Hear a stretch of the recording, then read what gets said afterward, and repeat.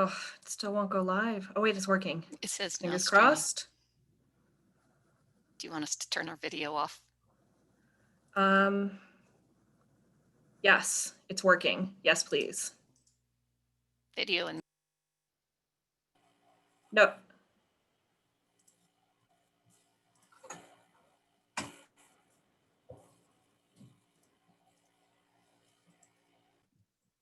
Dave Edwards is on. Great. If you could mute yourself and turn off your camera, Dave, we're back in action. We're just waiting for Lisa. Sarah, can you resend the panelist instructions to Lisa directly?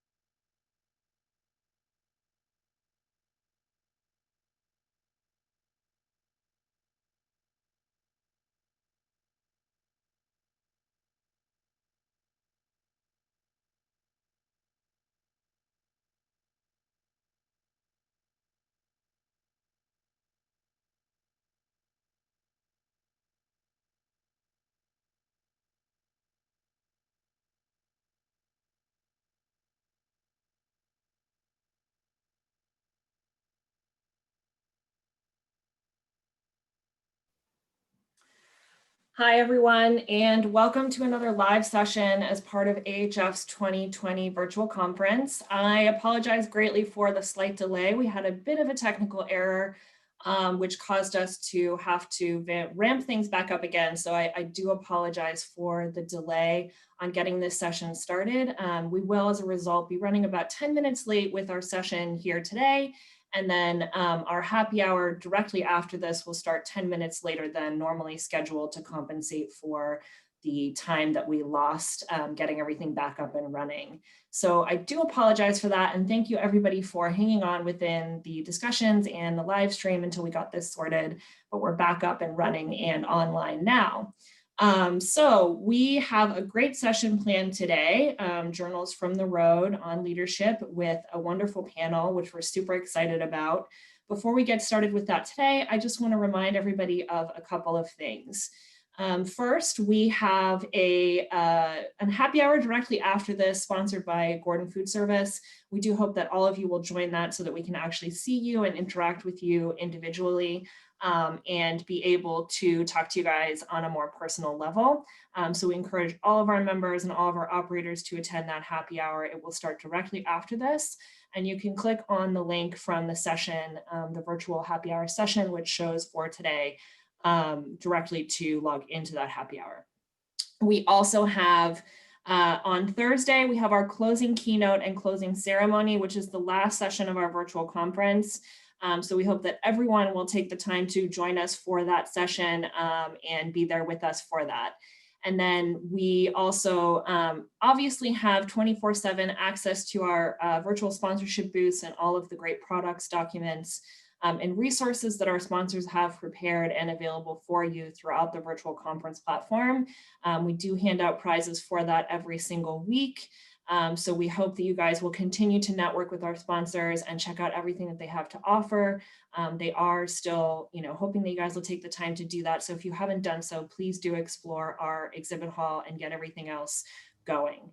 And we hope that you will continue to network with them. They've put a lot of time and effort into this virtual conference, and they've made this conference a possibility. And with that, I am going to turn it over to our sponsor, Hormel, and Greg Hetfield, who is going to get us started, and then we'll be off on our way. Hi, Greg. Well, thank you, Leah, and good afternoon, everyone. I'm Greg Hetfield, National Sales Manager of Segment Sales with Hormel Foods. We are a proud supporter and partner with AHF and today's gold sponsor of Session 3 from the Leadership Series, Journals from the Road. I can tell you, I'm excited to hear the insight, feedback, and experiences our panelists will be sharing. Lastly, I would like to congratulate all the award winners and especially recognize Anne-Marie Vaupel for winning the Making a Difference Award. I can't think of a better candidate to represent AHF with that. So at this point, I'm going to turn it back over to Julie Jones. Thanks, Greg, for the introduction, and we're excited to be here. And thanks to all of you for joining the panel presentation today. Joe Carbonera, our moderator, will set the stage for the conversation, and Annette Micah, Dave Edwards, and Lisa Bryant will share their stories and their journals from the road. Thanks again to them for participating and spending time creating this presentation for you today. You still have time to complete the first two sessions in the series. You can evaluate your own trust metric in session number 1 and calculate you and your team's level of influence in session number 2, which is an online course. It was my pleasure to develop this series, and I've had an advanced preview of today's discussion, and I know you will enjoy the conversation. To make this interactive, we encourage you to use the questions panel to generate questions or topics for the panel. So with that, I'll turn it over to Joe. Thanks so much. Thanks, Julie, and thanks to AHF for allowing me to moderate this wonderful session here today. Conversations like, talking about, trust and influence, I think are really, really important in today's business world. As things get more interesting, they change by the minute. You really have to build and establish trust with the people you work with. You have to be able to have some influence, I think, within your own organizations to help kind of direct the proper outcomes that will help food service and help support the organizations that you all work for. And I think we have a tremendous panel here with us today that has some great examples to share along those lines. So with that, I'd like to invite the panelists to turn your cameras on, please, and unmute yourselves. Although I've been told that it's way better when I mute myself and I'm like, no one can see I have a face for radio, they tell me. So it's a lot better that way. It's my pleasure to introduce our panelists today. I think before I introduce each of them, one of the things that I always find fascinating about AHF members is you have such fascinating career paths. How you got from point A to where you are today, and the many stops that went along the way. And I think we have a tremendous group here today and they're very, very diverse in terms of how they got there as well. If you haven't done so already, I would highly encourage you to check out their bios on the website. I'm not going to get into that too deeply here today, but their bios talk a lot about their career paths and how they ended up where they're at, and it really shapes kind of how they've emerged as leaders. So with that, it's my pleasure to introduce to you Annette Micah from Children's Health in Dallas. Good afternoon, Annette. Good afternoon. And Lisa Bryant from MD Anderson Cancer Center in Houston. Good afternoon, Lisa. Good afternoon. And of course, Dave Edwards of Edward Elmhurst Health. Good afternoon, Dave. Good afternoon, everyone. Dave, no truth to the rumor that your family actually owns Edwards Elmhurst Health, is there? No, no truth to that at all. I just, and if there was, I would choose to volunteer in food and nutrition and then probably EVS anyways. Okay. One of those things, you got to put the owner's kid somewhere, right? Yeah. So our session today, we have three basic objectives. The first, we want to describe the way that healthcare food service leaders have developed trust, relationships, and their reputation to kind of enhance their own personal elements. Because anybody tells you, you don't go it alone in this business. Number two, we want to describe the impact of influence on healthcare food service on their success, how they've been able to influence those below them, those above them, peer networks, and so forth, to really work toward outcomes that benefit the whole operation, the whole healthcare organization, including food service. And last, we want to discuss ways that they're able to identify opportunities to use their influence to impact their own organization, internally, food service specifically, and that sort of thing. So let's jump right into that.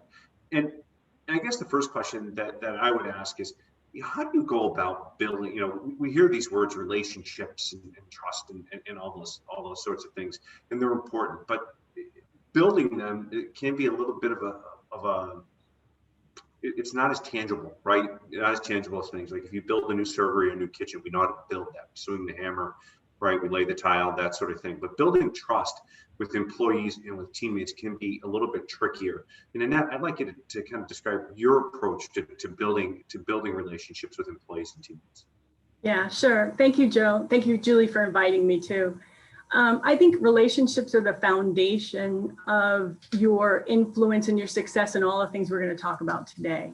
And the reason I say that is because when you're an individual contributor, like when I was young and starting out, and I've been in several different industries, you start out and you think about yourself. I think about my success and I think about my team or myself or my department. But when you become a leader, you need to think about the collective good. You need to promote the collective needs of everyone. And so with leadership then comes responsibility. And I think in order to be effective and build those relationships, you need to be consistent, you need to be approachable, and you need to be fair. Those are the things that I think really build your reputation. And I think the way you do that, especially approaching things, meaning if I'm coaching someone or I'm counseling or I'm talking about department policies or stuff, I'm consistent and I treat everyone the same way. I don't have favorites, and I don't lean towards one group versus another group, but I'm consistent. But that doesn't mean I'm not flexible. That's another issue, right? So you can toe the line, but you have to be able to listen too. I have to be able to listen to people who have different jobs. I manage the clinical side and I manage food service, and they're very different. And while I have some of the same policies and expectations regarding commitment to the organization and being able to work collectively together for the good of all, I still understand that someone's role may be different than someone else's. So I'm consistent, but I'm also flexible and approachable. I think you someone who, like I said, I think of the collective good where it's my job to help support the staff. And so in order to do that, then they need to be comfortable coming to me with anything. And they have to understand that I really care about them, because if I don't do my job to take care of the staff, meaning give them the tools they need to do their job, listening with an ear and helping them work through issues, whether it's processes or maybe it's even, in our areas where we're having conflicts. If they can't trust me and rely on me to be that rock or that pillar for them, then I lose credibility and I lose my ability to help them. And that's where you develop the relationship with them, where they know they can totally depend on me to be that same person, credible to them, to their needs, no matter who approaches me. So, yeah. Yeah, and I think being flexibly, I think the thing I took out of that is being flexibly consistent, right? Yeah. Especially during times like this where things are changing so rapidly, they want to know that they can rely on you, right? And that's the team that reports to you. That's the team that you report to. We all have a boss, right? Right. We all report to somebody. So it's that whole conversation about making sure that that everybody knows that you're flexible, that you can kind of roll with it a little bit, and that they can rely on you. And I think that's really, really important. Yeah. I find that relying part's a big thing, because I've been in, like I said, multiple industries. I was even over EVS for a little while, you know, and I think one of those things is that I have to do my job, right? Sometimes, you know, we're really, really, really, really busy, and then sometimes we're not. And I think, oh, I can take a break, but I can never take a break. You know, if I take a break, usually something falls apart, right? And I go, oh, so I think that's part of it too, where they count on me to always know that she's going to do everything, and she's going to do. So. Yep. Yeah. Now, and it's not just about, building it with your employees or your teammates, building trust and building relationships. You have to be successful in food service. You have to build relationships beyond your department, because food service, really, you interact with, there's very little you don't interact with in any given operation, right? And I think it's real easy for the CFO or the CEO or something like that to say, well, look, you're just a lunch lady. I mean, why do I need to listen to you? When the reality is you're running a multi-million-dollar business. So Lisa, the question I have is how do they see you as a person of influence? How do they see you as someone beyond the person that's just providing the food? Thank you so much, Joe, and thank you, AHF, as well as Julie, for having me on this platform to speak of my journey as a leader. I agree with Annette. It takes a lot more than just you within your department by yourself. I take every interaction personally. I am prepared. Actually, I do have like what is called an elevator speech, that when I meet someone, I tell them about my department, who we are, what our values are. So I always start with, we are the department that nourishes. We are the department that improves patient experience. We are the department that provides safety, because we also have to have a safe environment, so we impact patient safety. We also let them know that we are not just the food lady, because without our area and the value we bring to the department in terms of clinical dietetics, in terms of the food experience and culture, we are just more than that. I also really extend beyond our internal customers as well as our external customers. For our internal customers, we don't work alone. We work with nursing, we work with EVS, we work with supply chain, and allied health. So with all of these, we build those relationships and we let them know that we need them. One of the things we have to do is to listen to our customers, whether they be our vendors or our internal collaborators. We set those expectations with them, what we are looking for, but we're also very open. We're receptive to see how can we help our external and business partners succeed. So it's a win-win for both of us. So not only do I set the expectations for me and build that trust, but I also hold myself as a leader accountable to make sure that I provide them the service that they expect from me and my department and my team. And the ways we do this through service level agreements that we do have established with many other departments. We do this through our policies. And we also ensure that we are aligned with the organization's values.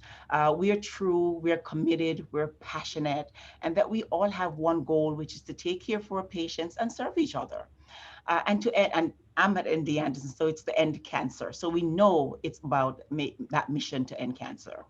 And in addition to all of that, I ensure that it becomes a win for all of us. And we ensure that we are both successful. We openly communicate with each other. We even have a monthly meeting where I invite all these members of different departments, where we discuss what's going on, how can we help each other? We discuss regulatory guidance that we are interconnected with. For example, our quality assurance program, we know we are aligned with infection control, with our sanitation program. So in doing this, we build a stronger relationship in terms of setting the expectations, holding ourselves accountable, and ensuring that we are open to also hear the other departments to meet their needs and meet that expectation for them. Yeah, and you talk about, it's interesting because, when we talk about AHF, right, the H stands for healthcare and the F is for food service. But I think a lot of what you're talking about there is hospitality. We can easily put that H for hospitality. And it's not just about being hospitable to patients or being hospitable to people that might be going through some of your retail operations. It's being hospitable to people you work with, develop trust and develop good relationships.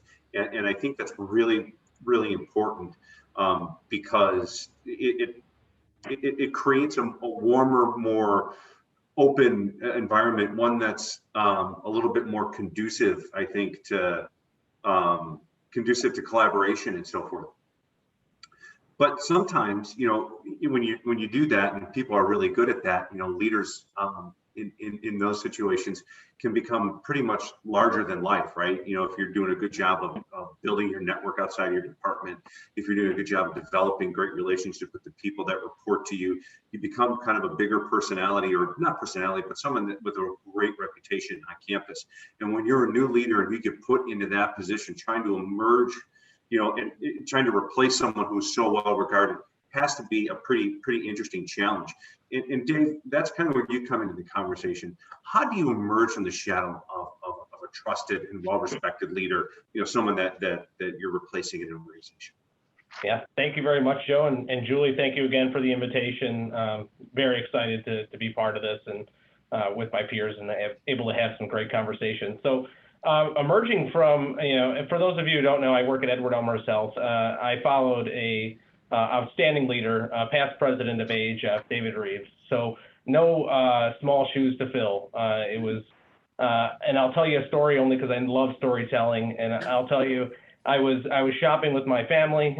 We were at Yorktown Mall in Lombard, Illinois, and I got a call from Dave Reeves, past president again. And he said, Dave, I'm taking another role in another organization, and I'm going to need you to step up and go ahead and assume a director's role of both EVS, laundry, food, nutrition services. And I think the first thing I had shock. I stepped away because it was my boss calling, so I stepped away, and I had a pretty tough time handling the fact that I was going to have a leader with such a breadth of knowledge and such experience walk away. And so from there, really, I had to reinvent the wheel.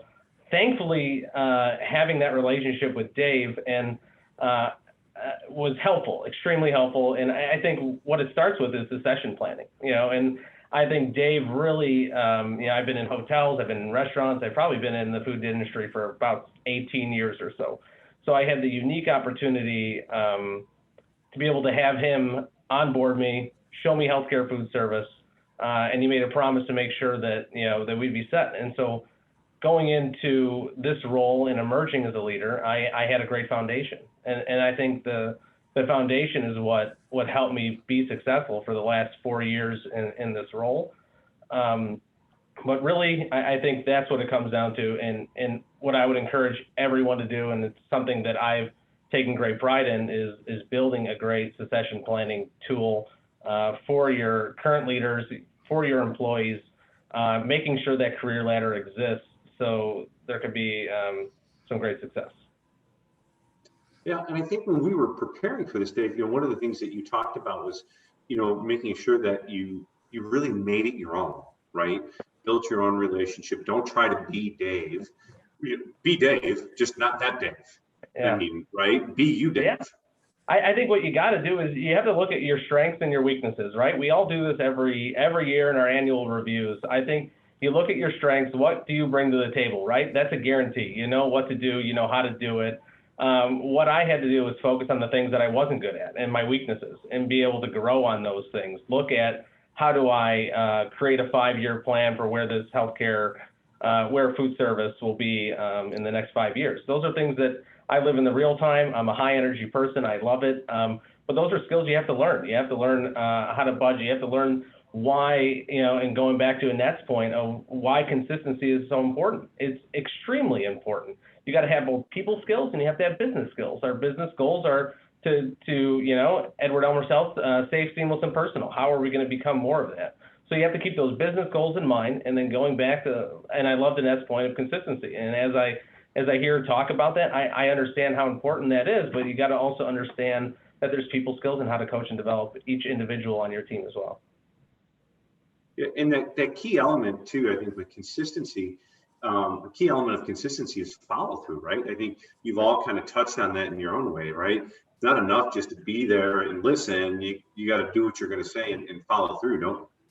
Yeah, absolutely. I think that's something that goes hand in hand. You know, you got to inspect what you expect. And I think that's something that goes, whether it's in food and nutrition services or any aspect of healthcare food service or healthcare in general. You really have to have that follow through. If you make a promise that you're going to get something done, you're going to get it done. And that goes for whether you're a frontline employee, CEO, healthcare food service director. Follow through is imperative for assuring the success of your department or your organization. Continue for 1 second, because building relationships, what you're talking about, that follow through really helps you build relationships not only with the people that work with you and the departments that you manage, but it also helps build relationships with those above you, doesn't it?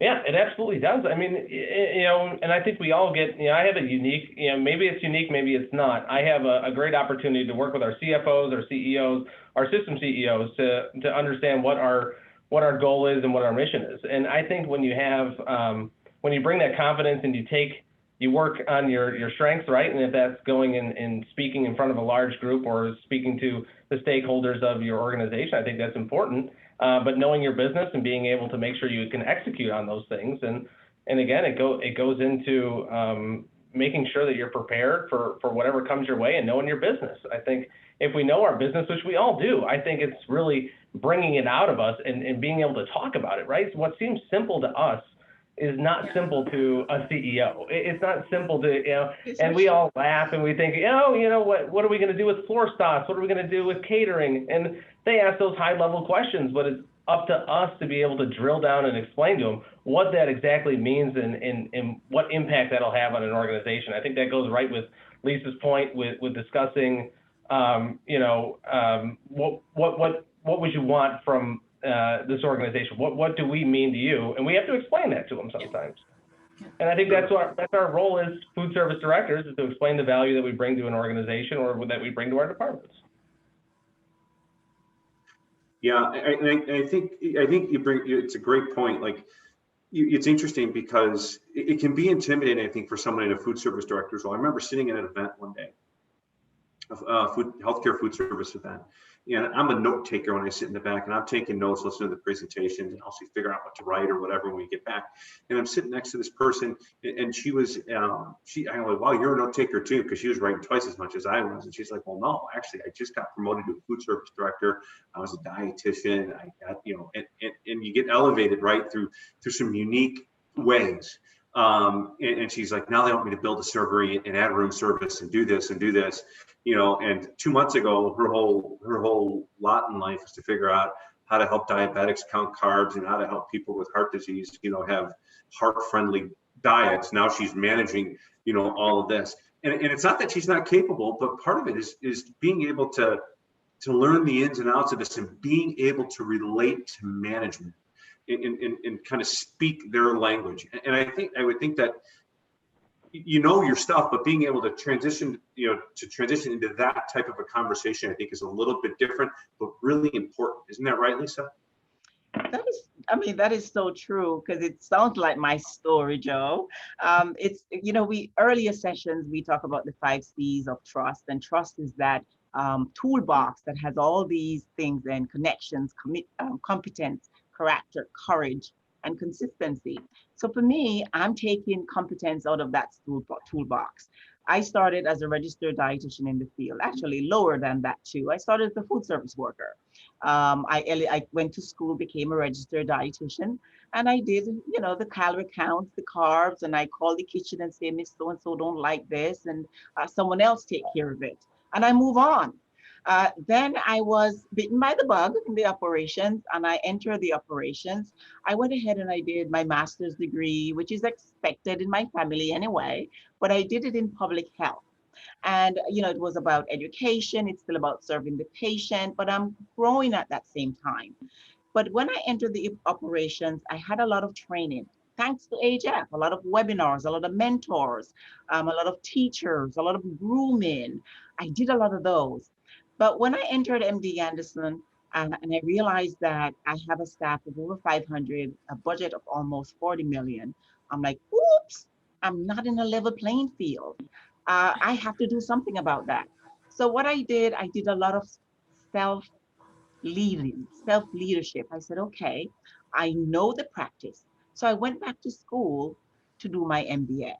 And with that, it made a significant difference. Not only can I speak competently, with expertise, with knowledge, with experience, but I can be able to defend my elevator speech at the boardroom, at the table.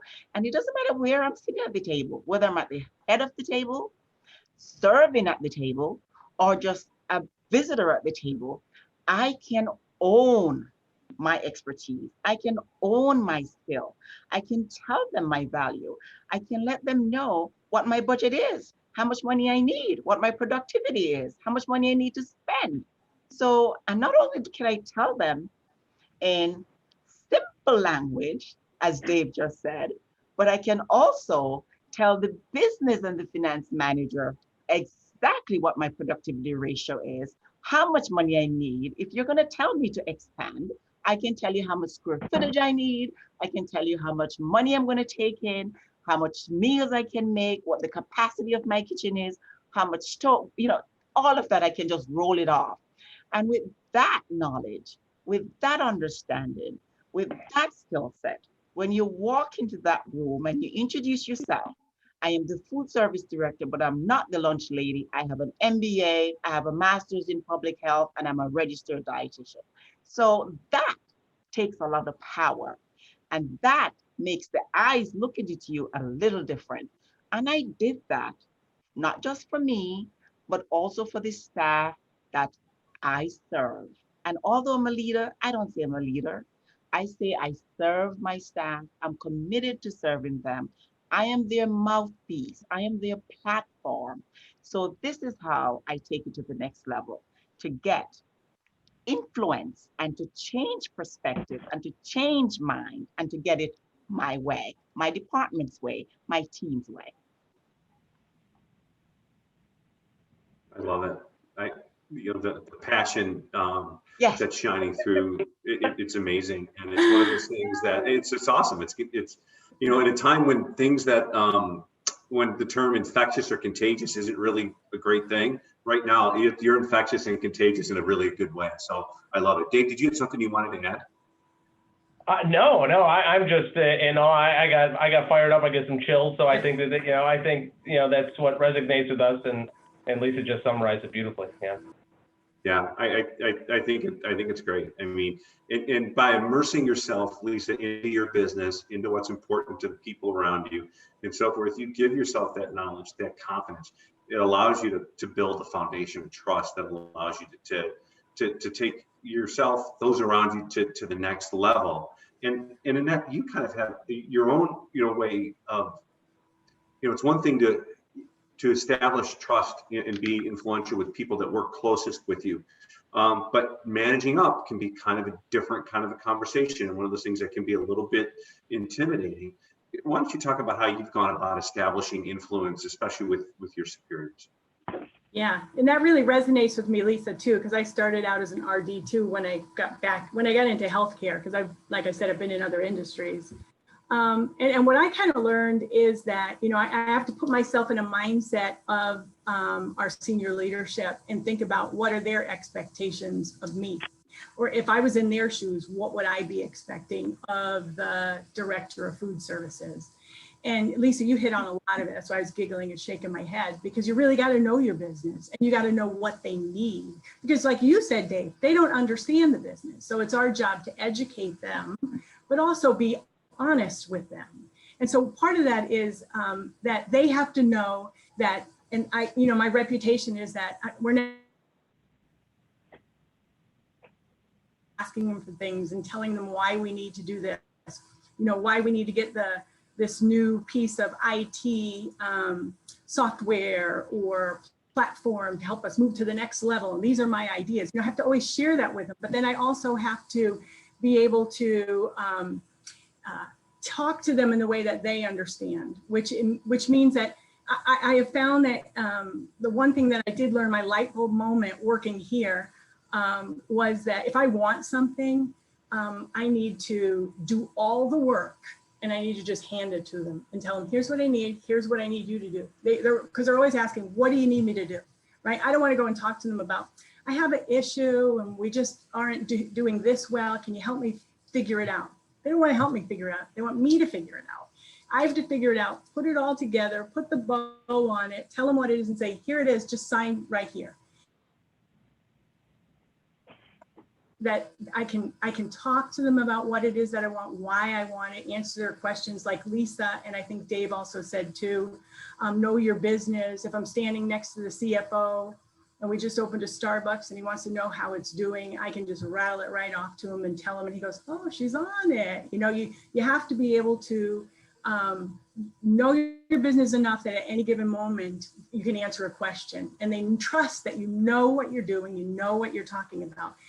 They know when I come to them and I ask them for an FTE or I ask them for a capital expense that I'm asking because I really need it. You know, I build that trust with them because they understand I'm running the business as if it was my own business. And I'm doing my due diligence to make sure that I'm responsible and I'm being very efficient with our resources. And so, you know, you have to do your researches straightforward and you have to be honest. I had an experience recently with COVID, and I think I have a great relationship because I've had a lot of dealings with a lot of our senior leadership at the highest levels. And it's interesting because, you know, in COVID, everybody's panicking about what are we going to do? What are we going to do? And we had this command center and they were so worried, right? You're laughing, Dave. They were so worried about the nurses and how they were, you know, want them to come to work. So my phone rings and it's the president of the hospital. And he says, and they're telling me that, Annette, starting tomorrow, we're going to make all the food free. I said, really? I said, you're right, right? And I said, well, let's talk about that. They said the command center already made the decision. I said, well, no, we're not doing that. And I'll tell you why. You know, we had to have a conversation. Well, at the end of the day, you know, we went back and forth and we landed on, we would give everybody a 50% discount. It was really, what happened was, and what made me feel so good is that, you know, we had a good give and take back and forth, and I got him to understand I don't have enough food on the shelves to make it all free and actually be able to feed everybody tomorrow.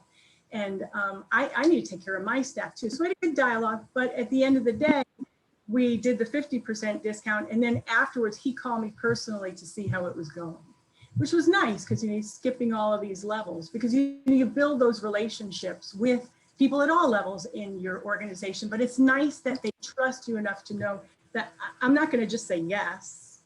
They respect me because I pushed back and said, no, we're not going to do that. But I'll explain why and let's work it out. Like you said, Dave, we have to educate them on how things really work and what the bottom line and what the impact's going to be. And I think that really then fosters and grows that respect for you because they go, oh, Dave, Lisa, Annette, they really know what they're doing. And then they when they have a question, they'll call you about it first. And so I think that's really important. And that builds confidence in yourself.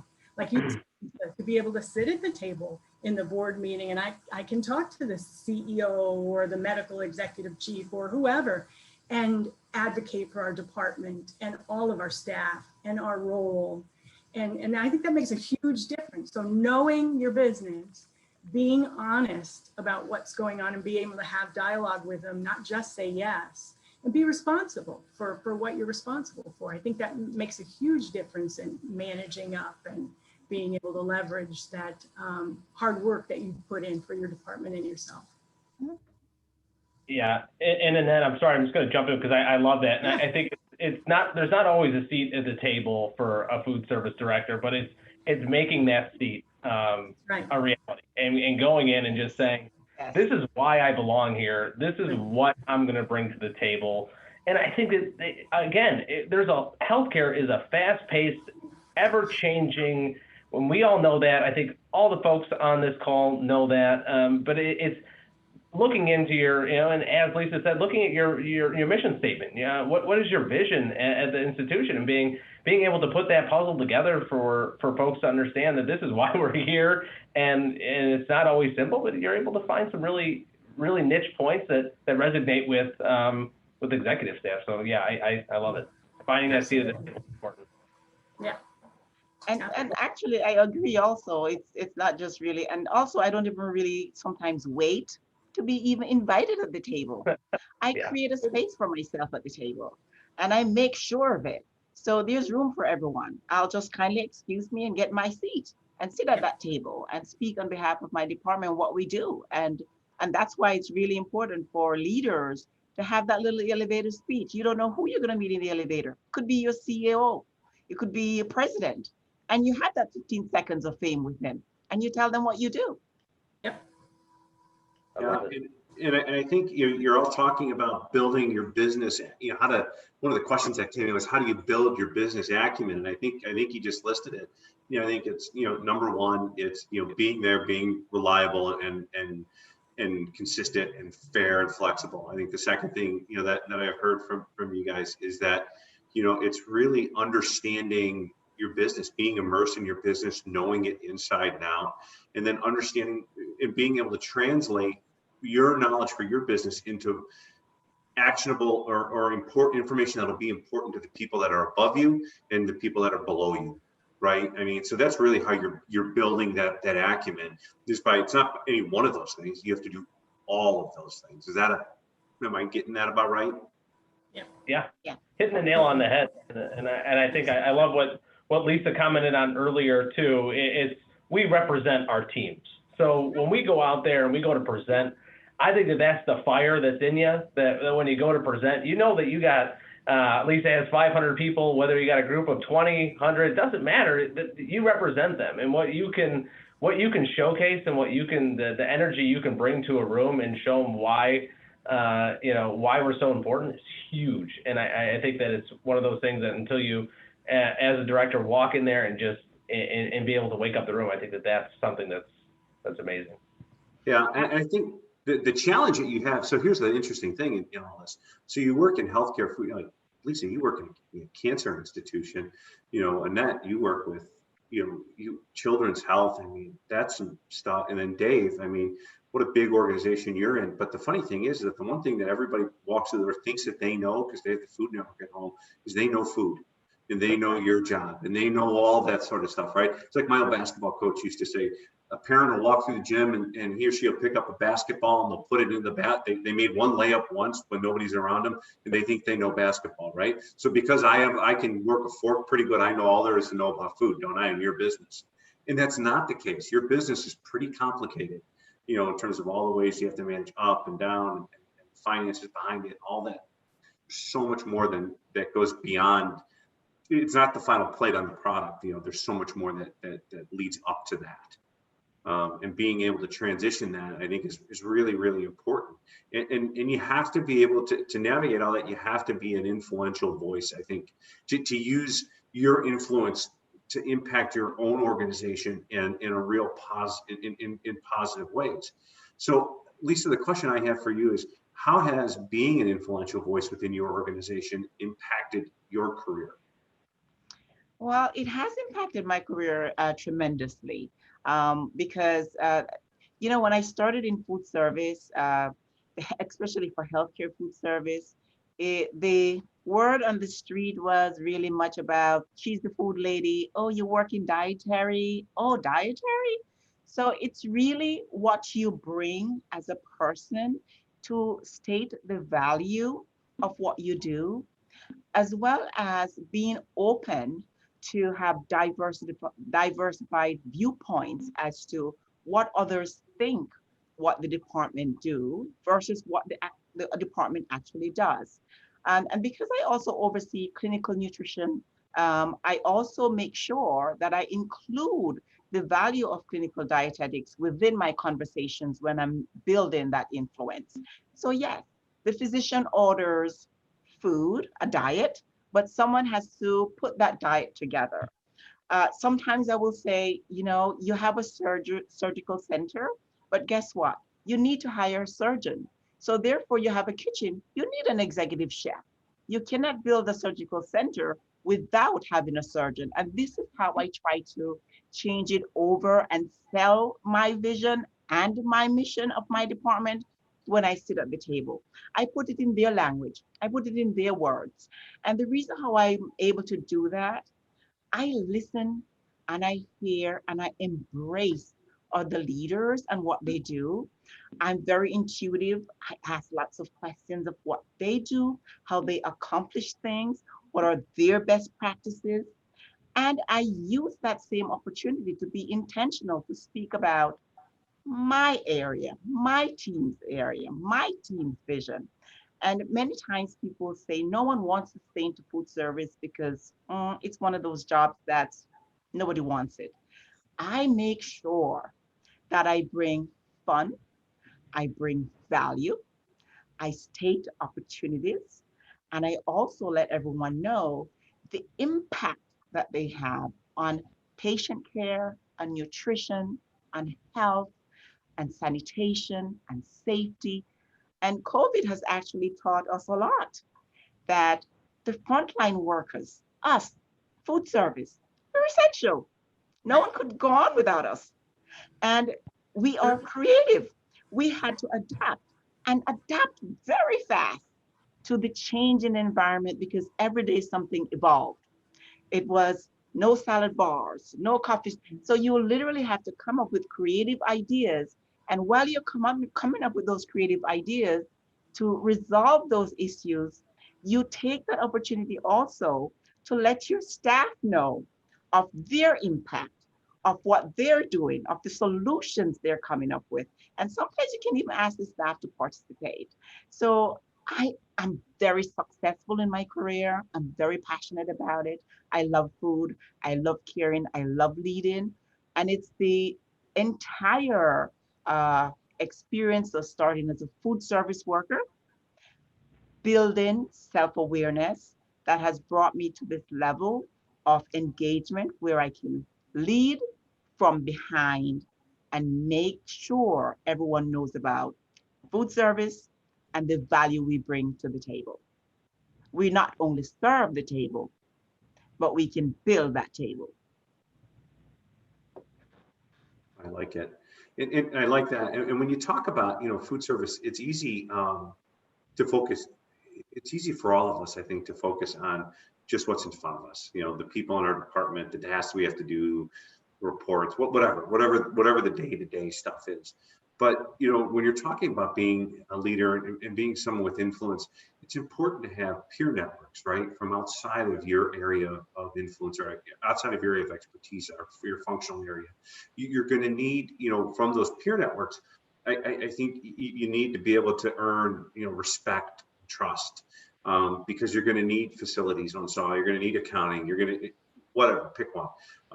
You're going to need them. And Annette, the question I have for you is, how do you go about building, relationships based on respect and the trust of others within the organization that are beyond food service? How do you go out? How do you build that? Yeah. And I think the way you do that is to get involved. It's interesting. And I love that you said the word fun, Lisa, because I like to have fun too. I like to joke around all the translates too with your peers, right? So it's interesting. I've had 8 bosses in 11 years. Looks like one every other year.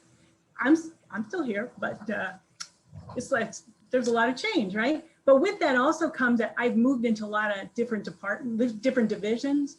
And with each division change, I'm partnered with other directors and senior directors from other areas. I've been on the clinical side, I've been on the facility side, I've been all over the place. And so I think when I'm in a division with other leaders too, you get to know them, right? You get to know people.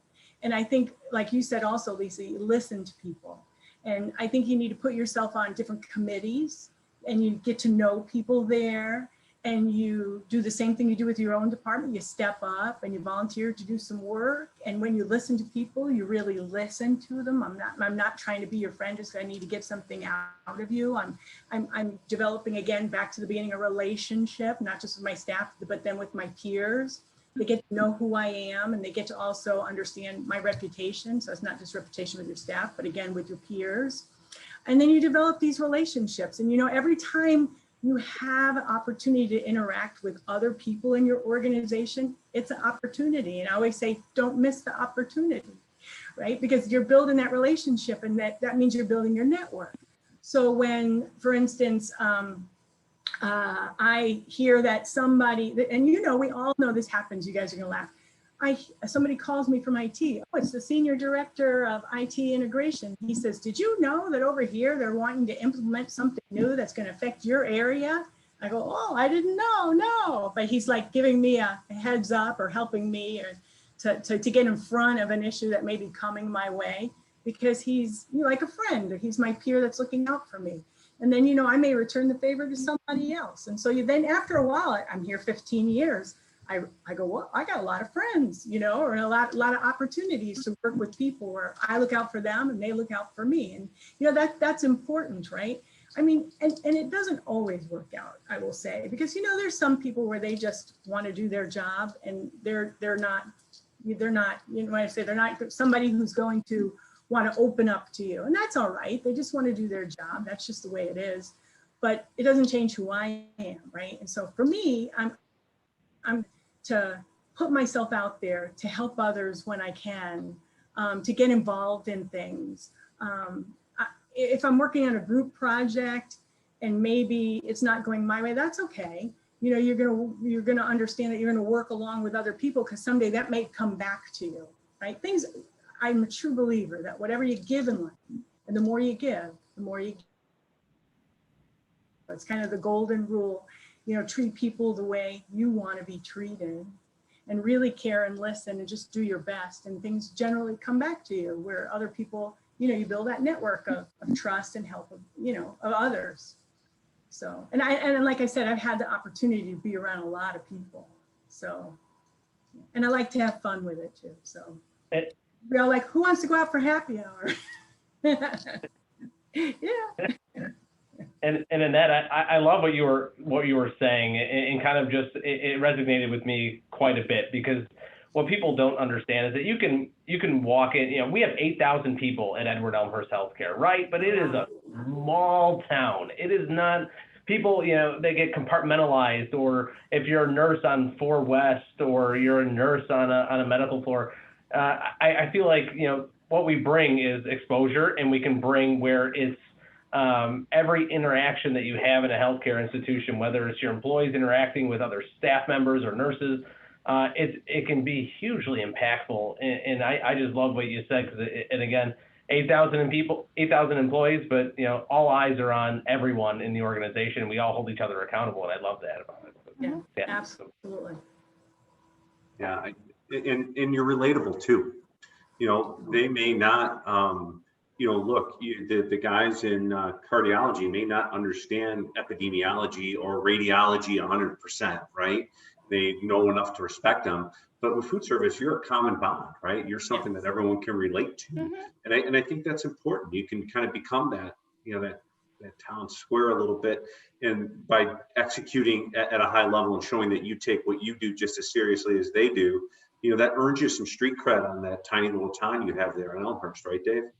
Oh yeah, Joe, definitely. I mean, if you're feeding the physician's lounge, you know how to get to the heart of the hospital. So, you know, it's one of those fun things where, you know, you go, you want to network in an organization. What you do is you step foot in that physician lounge and you ask a couple epidemiologists or a couple docs, what do you want for lunch next week? You know, and you go in there and again, I think it sets a level playing field. When you go in there, you're human. We're all human, so you walk in there and you have a great time. You have fun like Annette does and like Lisa does. But I think, you know, some of those are, you know, the heart of what we do in food and nutrition and in healthcare in general. So tapping into that physician lounge is never a bad idea. Absolutely. We just have a few more questions for our panelists here today, and we're getting sort of near the end. I think we've got about 10 minutes left. So if there's any in the audience, I know a few questions have trickled in, and we'll get to them, you know, here in a second. But if you have any other questions, please don't hesitate to kind of just to send them in. They're doing a great job of feeding them to us.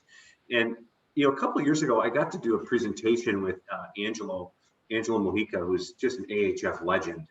He's one of the healthcare food service rock stars, in my opinion. First time I ever saw him present, I was like blown away. This guy was going at the big tie, and he's moving around. It is just awesome. But he said one thing during one of our more recent talks that really stuck out to me. And that is, that you have, in healthcare food service, you have an advantage that others don't have, and that is you have food, and you can bring that to somebody. And he's like, when he's trying to, get a new idea pitch or something like that, he just eat it and then we'll discuss it, and that really opens up so many doors for him, which I think is awesome. And it's a great, and I think it's something that I think you probably all use your food to your advantage in one way or another. But food is very tangible and it's very personal. But there are other personal things that are very they're not tangible at all. And being a leader and being someone that has influence in organization means more than mapping out the schedules, right, or building the menus, and it means tackling those less tangible issues, if you will. And I guess the questions that I have is, how do you as a leader, Dave, I'm going to point this at you, how do you as a leader, how do you use your influence to address those less tangible issues? Because these are the ones that, are top of mind for everybody all the time, and the playbook isn't always super clear. No, yeah, you're absolutely right, Joe. Great question. And I think, when we look at as an organization right now, right, diversity and inclusion, this is huge throughout the world. This is huge throughout the healthcare industry. We have probably one of the most diverse groups being in healthcare, from our patient populations to our employees. So I've worked in food and nutrition services for 18 years.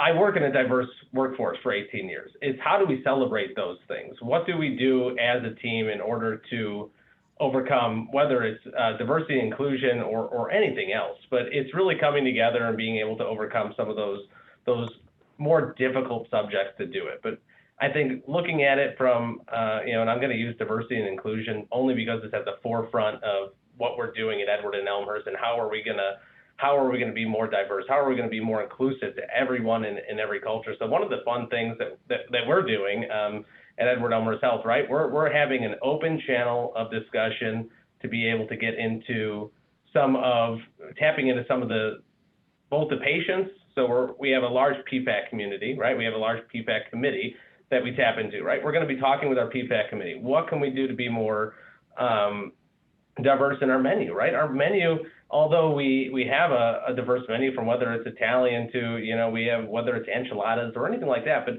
how do we celebrate those things? What do we do as a team to do that? And that's our PFAC, right? That's our patients. But not only that, but we want to tap into our employees, right? What do you guys want to see in the cafeterias? And the marketing team at Edward Elmhurst Health is really helping us do that, and by creating a platform for people to submit menus, right? This is old school healthcare. This isn't anything new. But it's what are we going to do as a collective organization, as a collective nation, in order to celebrate these types of things. So, creating a menu, right, is easy. We know how to do. We know how to do that. How do we celebrate it is something that we need to do a little bit better job of, and how do we recognize and appreciate some of those things?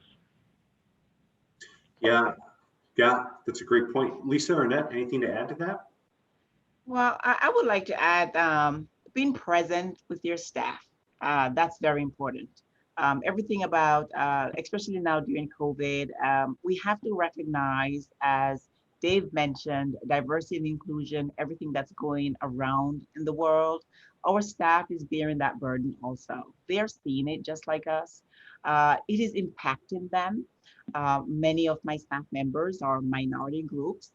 So we have to acknowledge, and when they're meeting with me, I make sure that time is theirs. I listen attentively, and I not just listen to the words, I also read their body language. And I assess to see, are the words in alignment with the body, the physical expression. And I really try to make sure that I let the staff know, I got you. I hear you.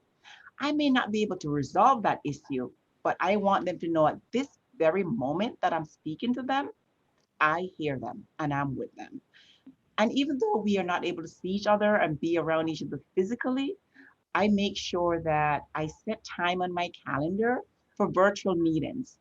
Whether I do get a text call, I set up Skypes, I do FaceTime with them, but I want staff to know that they are heard. I want them to know that I am present with them and to know that what's on their mind matters and that I am there to serve them. Yeah. Yeah, and I agree. And I like that, Dave, too. And with marketing, marketing is a great partner for us too, especially with COVID. There's been a lot of marketing things and a lot of perks that were given to staff to kind of keep them upbeat during this time. And it's important to make sure that a lot of it revolves around food, but that we don't forget about food service too, right? And so we make sure that we're taking care of our staff and they're included as well. And that we make a fuss over the fact because food service is always serving others and that makes them feel good. Or if marketing is doing filming, I think they were just filming for our safety cart every year, and you do a cart and they take a film of somebody like a safety, like a shooting thing. Well, our people got to be involved in it and be some of the actors in it. And so just make sure we're there too, and we're pushing to make sure that we're being involved as well. It makes them feel proud and makes them feel good about being part of the organization and not forgotten. So I think it's important. Yeah. You guys, so you bring up a great point, being a partisan. I've heard a lot of great stuff in here, from you guys today. And one of the questions that's kind of filtered through here is, Dave, you started out earlier talking about succession planning, for example, and we talked about the different people that you have within, all of you talked about the different people you've had in your organizations and making them feel a part of it, and you guys do cool stuff, man.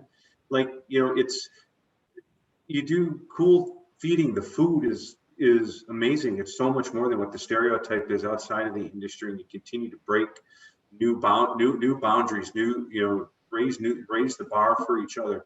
I've had the opportunity to be in your facility a couple of times for AHF meetings and that sort of thing. And Elmhurst is beautiful and the food's terrific. And I've been in other places as well. And the hospitality that you see on display in these places is nothing short of amazing. But the reality is that, this is still not a, healthcare food service is not a career path that's on a lot of students' minds these days, right? And figuring out a way, there's still some of that stereotype and there's still some of that. And I guess the question that I would pose to you guys is, there's a lot of great stuff happening here. How do you go about, sharing that with people and let them know, hey, there may not be a great, there may not be, the next Food Network healthcare food service, star, right? Yeah, but we're just as cool as they are, and you should consider a career in this. How do you build the awareness? How do you build the enthusiasm for this career path and all that? I think part of that has to do with what you're working on in your department. For instance, food service in a hospital can be cutting edge, right? And so some of the stuff you're looking at, we're probably all looking at, is we're doing some things like looking at a new guest menu that you can order online and pay on your app. Some other things like we're looking at really updating. We do a Mexican food thing here. We just hired a new executive chef and he's doing amazing things that everybody's really excited about. And he's changing everything. And all I do is get emails about how great everything is. And, that's exciting. But I think being on the cutting edge and innovate too, that they see that, outside in the industry, if you go to a restaurant, that's exciting, right? They're looking, but we can bring that into the hospital, and that's really, I think, what's expected of us in addition at this time, right? All that innovation. So, hub in the hospital. And I love what Annette said, and I love what Lisa said. Two of the things that are huge that coming from RDs, right? You guys welcomed me into the healthcare world 10 years ago, right? And I think it was fun. It was coming from restaurants, whether it's restaurants or large hotels. I think both the other panelists on this discussion today brought up the fact of hospitality. And I think that that's something that gets me excited and it gets me fired up to go out there and do what I do. And again, I said, focus on your strengths, right? And I'm going to work on everything else I have to figure out. And you guys, Lisa and Annette, handle the doctors, right? They're able to navigate, certain diets. But I think bringing that hospitality hospitality is innovative, and it's, and I think making it full circle here, Joe, looking at when you asked the question of stepping into a role from a director that had 25 years of experience, I had the privilege to be able to see that unfold, where we had an excellent executive chef that came from hotels, right? He knows how to take the bare minimum ingredients and nutritional values and turn it into something special by utilizing fresh ingredients and doing it the right way. And I think that it comes down to how you serve it and execute it. And I think if you create a fun environment that promotes what hospitality and what food and nutrition is, the people will come. And not only that, but once you step foot in a not to say that it's a slower pace in healthcare food service, but it isn't your line cook position. It's something that you can make sure that you're not you have a great work-life balance, that you're not being pushed too far so you're not able to enjoy work. So I think that if you build a great program that's based around hospitality and food nutrition, you're going to be able to recruit talent, and I think that that's key. And that is so true. And as leaders, I do believe that we must change that narrative about the back-breaking work of food service. Sometimes as leaders, we may let off a little frustration or maybe a little stress in the presence of our managers and other team members. And it shows that it's just no end, no answers, no yes at the end of the tunnel. But sometimes we need to acknowledge to ourselves as leaders that sometimes we may be the ones that really closing the gap of not having succession planning, because we have that bias of the experience and how hard it is to get a yes from the C-suite.